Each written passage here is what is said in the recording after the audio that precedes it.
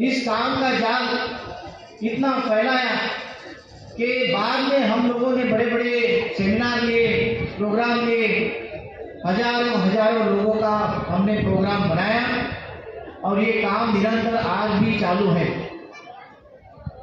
ये काम केवल एक जाति में नहीं रखा हम लोगों ने, ये काम ओबीसी, एसटी, एसटी और माइनॉरिटी में हम लोग कन्वर्ट कर दिया और आज पूरे गल्फ में बाबा साहब की जयंती नहीं बल्कि हर महापुरुषों की जयंती सेलिब्रेट किया जाता है। तो साथियों, हम लोगों को भी केवल जाति में काम करना नहीं है, हम लोगों को, हमारे जो ओबीसी भाई है, ओबीसी भाइयों को हमारे मिशन के बारे में, हमारे जो संविधान ने दिए हुए अधिकार के बारे में हम लोगों को बताना है। हम किसी धर्म के विरोध में नहीं लड़ना चाहते हैं। अगर कोई हमारा हक छीनना चाहते हैं, कोई ऐसे लोग हैं भारत में जो आज भी हम लोगों को अपना हक नहीं देना चाहते हैं, तो क्या हम चुप बैठेंगे? अगर हमारी जान दी जाए तो हम हमारे हक और अधिकार छीनने के लिए पीछे नहीं हटेंगे। साथियों, सबसे बड़े संविधान ने जो हक अधिकार दिए, वो अधिकार के जो क्षेत्र है, कई वक्ताओं ने बताया कि इतने बड़े क्षेत्र में बाबा साहब ने हम लोगों को हक और अधिकार दिए, लेकिन क्या ये हम संभाल पाए? ये हक अधिकार हम लोग बिल्कुल संभाल नहीं पाए। इसके लिए हम लोग दोषी हैं। जो पढ़े हुए लोग हैं वो आज भी आइसोलेशन में सोचते हैं। मैं चाहता हूँ कि हम जितने भी पढ़े हुए लोगों को मिलना चाहिए, बड़े बड़े ऑफिसर को मिलना चाहिए, क्योंकि मिशन का काम, बाबा साहब का काम, ये जो है पढ़े हुए लोगों का है। और पढ़े हुए लोग, उनके पास पैसा है, उसके पास समय है और बुद्धि है। समय, बुद्धि, पैसे से हम लोग मिशन को आगे बढ़ा सकते हैं। और इसीलिए मैं कहना चाहता हूँ कि आप लोग जब भी कोई अपना दोस्त ओबीसी है, ओबीसी के घर में जाकर आपको बैठना चाहिए। मैं हर फ्राइडे, हर सैटरडे अपने कमरे में कभी नहीं रहता था। 16 साल में कभी बीमार गिरा, तभी जितने साल मैंने गुजारे, मैंने हर लोगों के घर में गया।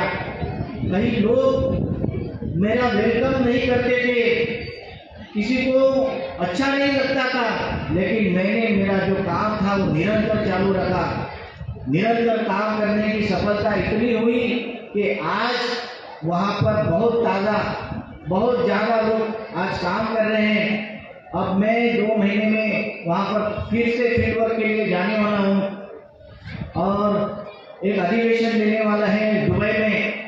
और दुबई में हमारे राष्ट्रीय अध्यक्ष है कमलाकांत काले, उनको भी वहाँ पर आमंत्रित करने वाले हैं। हम लोगों ने प्लान बनाया, लेकिन मैं इतना आप लोगों से अपील करता हूँ साथियों, समय कम है, हमारा पूरा सत्यानाश हो चुका है। अब हमारे पास कुछ बचा नहीं है, सब नौकरियां चली गई है, एजुकेशन खत्म हो चुका है। आप लोग सोचते होंगे कि हमारे पास कपड़े हैं, घर है, फिर भी आप लोग गुलाम हो है। गुलामी है, क्योंकि अभी आधुनिक गुलामी जो आपको समझ नहीं पाएंगे। क्योंकि मैंने अपने बेटी को डॉक्टर बनाया, दोनों बेटी को। मैं विदेश में था, उसके बावजूद भी मुझे तकलीफ हुई। और मेडिकल में आज डॉक्टर बनाना बहुत मुश्किल है, बहुत से फी लगती है। तो मैं यही समझता हूँ कि मेरे अनपढ़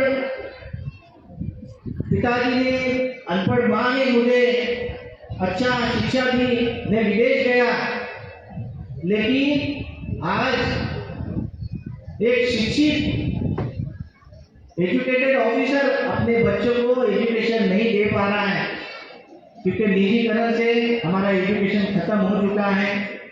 जो बाबा साहब ने जो कानून बनाए थे वो कानून खत्म हो चुके हैं। लॉकडाउन में उस कानून को खत्म कर दिया है और ऐसी कई मजबूरियां हम लोगों को आने वाले समय में आने वाली है।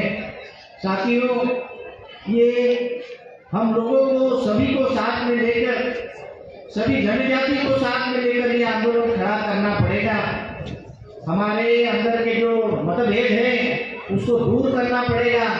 ये केवल बामसेन का अकेले का काम नहीं है, इसमें हर कम्युनिटी ने साथ देना चाहिए। ये केवल मुसलमान अकेला नहीं लड़ सकता, ना हिंदू अकेला लड़ सकता है, ना क्रिश्चियन अकेला लड़ सकता है।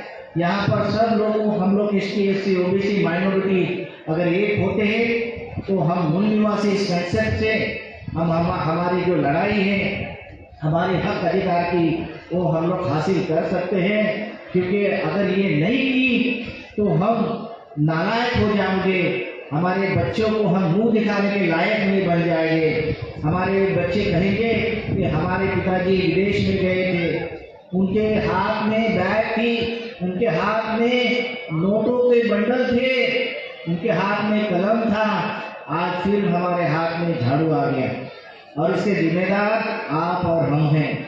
ये पढ़े हुए लोग जिम्मेदार हैं, इसीलिए अपना अहंकार जो है छोड़ देना चाहिए और हमारा समय, हमारी बुद्धि ये मिशन संगठन के लिए जोड़नी चाहिए।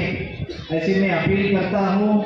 और कुवैत यूनिट, मस्कट यूनिट तथा गल्फ यूनिट से आप सभी यहाँ पर भाइयों और बहनों को इस जयंती के अवसर पर शुभकामना देता हूँ और मुझे यहाँ पर बुलाया।